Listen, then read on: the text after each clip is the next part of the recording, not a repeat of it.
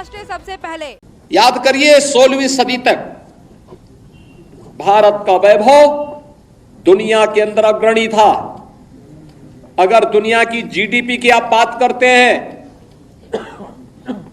तो दुनिया की अर्थव्यवस्था का आधा भाग का नेतृत्व अकेले हिंदुस्तान करता था 16वीं सदी तक।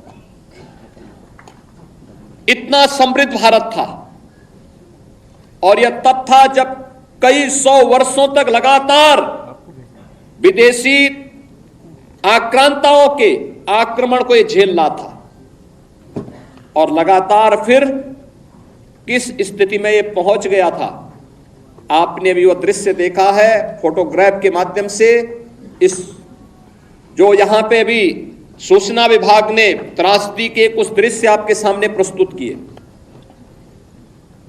15 अगस्त 1947 से एक दिन पूर्व 14 अगस्त 1947 को जब विभाजन की त्रासदी हो रही थी और 15 अगस्त को जब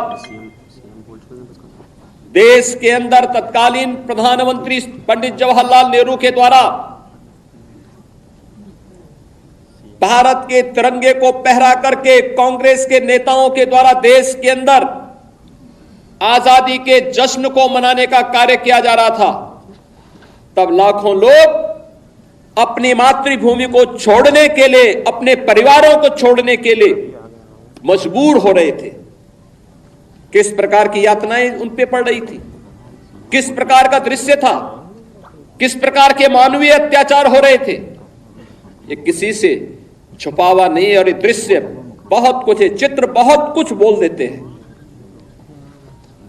यानी दुनिया का सबसे समृद्धतम देश 1947 तक आते आते एक दलित देश में बदल गया था। और वह दृश्य भी आपने देखा, वह दृश्य भी आपने देखा है।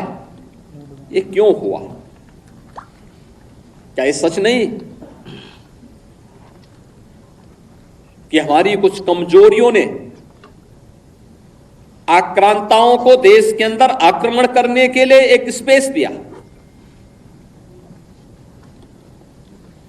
और जो गलतियां इतिहास के उन काले अध्यायों में हम सबके सामने कैद है, क्या वही गलतियां चुनाव के समय राजनीतिक नेतृत्व देश के अंदर इस प्रकार की गलतियां राजनीतिक दलों के द्वारा नहीं की जाती हैं? ये जाति के नाम पर विभाजन की त्रासदी तक पहुंचाने की एक कथा वही है जो पहले जातीयता के नाम पर होता था, जातिवाद के नाम पर होता था। आज वही कार्य, वही कृत्य, वही कारनामे राजनीतिक दलों के स्तर पर जातीयता का नग्न तांडव करके फिर उसी विभाजन की ओर ले जाने की कुछ सी चेष्टा की जा रही है। परिणाम क्या है? परिणाम आप सबके सामने फिर वही है। परिणाम फिर आपके सामने वही है। तिथि बदली है, लेकिन चेहरे बदले होंगे, लेकिन घटनाओं का स्वरूप उसी प्रकार का है जो 1947 में हुआ था। वही तो पाकिस्तान में आज भी हो रहा है।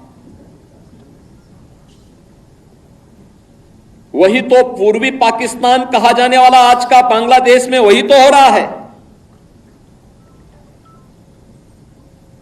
उस समय 10 लाख हिंदू एक साथ काटे गए थे।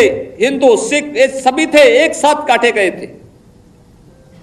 और आज भी वही आगजनी, वही तोड़फोड़, वही लूटपाट, बहन और बेटियों के साथ वही अत्याचार, उसी प्रकार की त्रासदी का दृश्य आज भी हम सबके सामने है।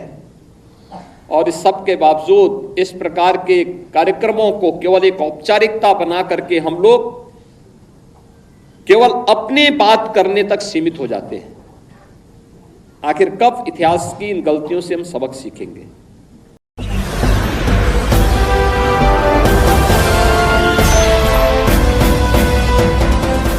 आप देख रहे हैं लाइव न्यूज 99 राष्ट्र सबसे पहले।